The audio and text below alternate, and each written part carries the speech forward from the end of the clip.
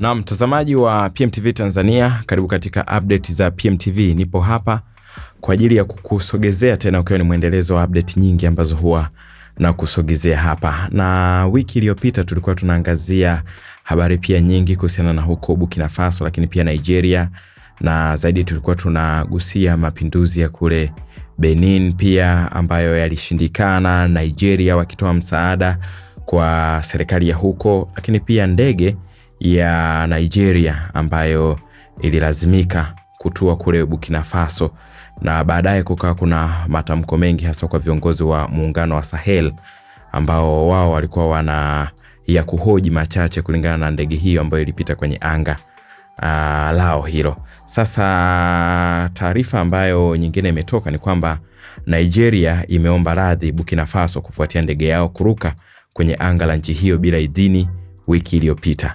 Waziri wa mambo ya nje wa Nigeria Yusuf Maitama Tugara huyu jana Disemba 17 alikuwa mjini Wagadugu kule, na alipokelewa ikulu na kiongozi wa nchi hiyo Kapteni Ibrahim Traore. Yusuf alisema alikuwa amebeba ujumbe wa mshikamano na udugu kutoka kwa Rais Ahmed Bola Tinubu wa Nigeria kwa mwenzake wa Burkina Faso, akiomba radhi kwa niaba ya nchi yake akisema inasikitisha kuona kulikuwa na ukiukwaji wa sheria. Hii ni bahati mbaya na tunaomba radhi kwa tukio hilo baya. Wiki iliyopita ndege ya kijeshi ya C-130 ya nchini Nigeria ililazimika kutua kwa dharura huko Bobo, Burkina Faso, ingawa haikuwa na idhini ya kuruka juu ya anga ya Burkina Faso.